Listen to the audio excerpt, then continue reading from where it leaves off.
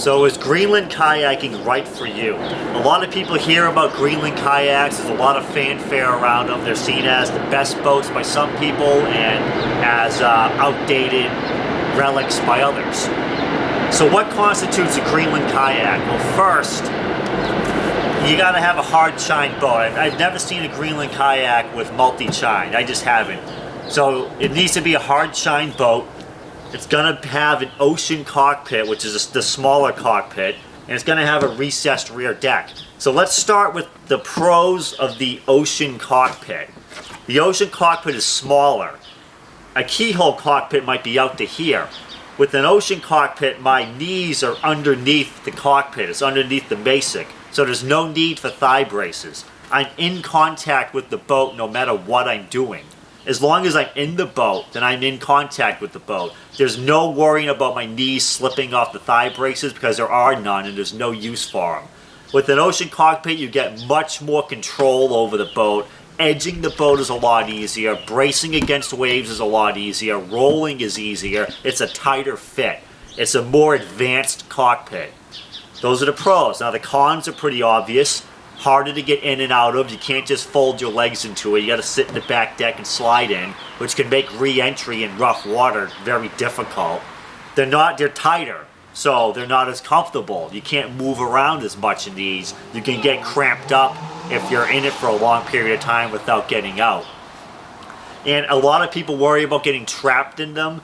Generally not an issue, although it did happen to be once. I got surprised by a wave at the surf zone, knocked over, kind of freaked out on the water, and I got stuck in the boat and dragged all the way back to the beach upside down. So you can get stuck in them, but it doesn't happen that often. You do come out fairly easily, even though they're smaller. Hard chine, the pros of a hard chine is it gives you great secondary stability. I can get the boat way up on edge with the hard chine. The cons are it tends to have less initial stability, and it tends to weathercock a bit more. There's the cons of the hard chine. So the pros are you get more control. Greenland boats are built for control. You get more control from the hard chine, you can edge it better, but you get less initial stability. When I first sat in this boat after going for my assembly line boat, it felt like the tippiest thing in the world. I was scared to paddle it. It took me about a month to get used to it. But now I'm used to it and it feels very stable, and I can get the boat way up on edge no problem. Recessed rear deck. Pros, it is excellent for rolling. These kayaks are really designed to be rolling kayaks. A recessed rear deck enables you to do laid back rolls much easier than a boat that has a backrest. It won't let you lay onto the back deck. The cons of a recessed rear deck are storage space. There's less space to get your gear under there. You can't fit as big as stuff in there. Most Greenland boats are going to be very low volume, and that's to make them easier to roll, and it makes them stealthier for hunting.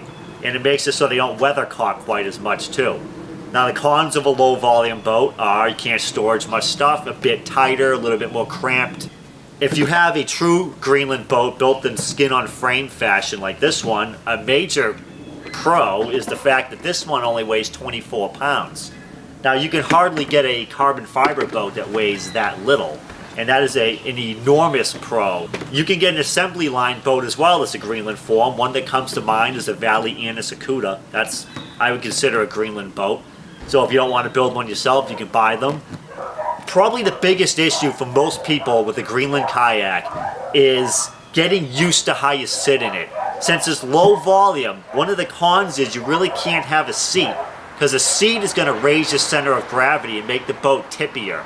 So there's no seat in this boat. I sit right on the wood, and I sit with my legs out straight, which is difficult for most people because most people's hamstrings and hip regions are too tight, and your back is unable to maintain the arch it's supposed to have when you're sitting with your legs out straight. So it gets very discomforting for your lower back. You're basically stacking your vertebra. The way you fix that is you have to do yoga. You have to loosen up your hip region.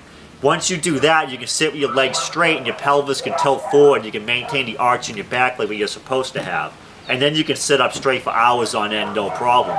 Doing yoga is pretty much necessary to sit in one of these boats comfortably. When I first got this boat, I could sit upright for maybe 2 or 3 minutes before my back was killing me and I had to lay down the back rest to relax. After doing yoga for a while, committing to it I've been doing it for several years now, but after about a month of doing yoga, I could sit in this boat longer and longer and longer with no discomfort in my back at all. I can do 20 plus miles in this boat now, and I can sit in for hours on end, upright, no back support, no problem. It takes time to do that though, and you have to commit to it. If you don't want to commit to that, then you're going to hate the boat, because you're not even going to be able to sit in it without back pain.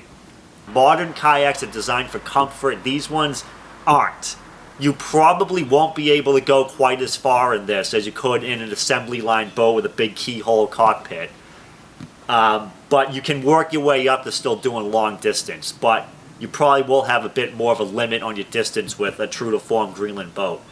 If you get a skin-on-frame boat, since it's not rigid, it's not going to be quite as fast as a fiberglass boat. Fiberglass boat of same dimensions will be a little bit faster, but it's not that much faster. I have no trouble keeping up with all my friends. They all have fiberglass boats. A pro is, with a flexible frame, when you're getting battered by waves, the frame flexes a little, which helps to absorb the impact a little. It makes it a bit more rideable.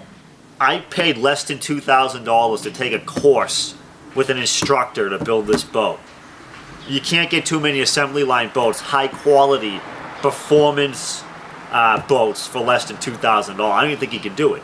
So the price and the weight, if you're worried about weight, there's definitely absolute beats the pants off of just about anything else. The durability, a lot of people think they're not durable, and I did too when I first built it, but then when I was bringing it up to my apartment one day, which was on the second floor, I built a crane to bring it up to the balcony of my second floor apartment.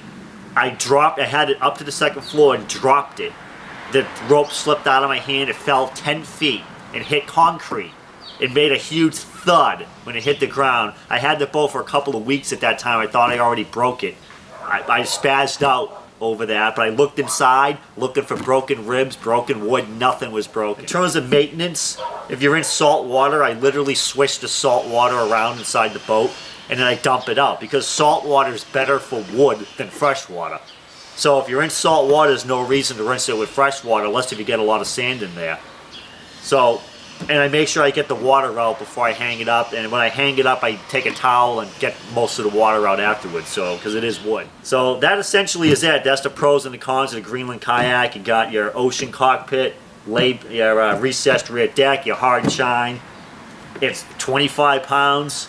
The leather deck lines work a lot better than the bungees. I almost never lose anything in these. If you want a boat where you want as much control as you can get, a Greenland boat is designed to have control. It's designed to give you the ability to roll, to edge turns, to brace up against waves. If you want a more comfortable boat, then get an assembly line boat. They're not built for comfort, they're built for control. That's what a Greenland boat's for. Thanks for watching.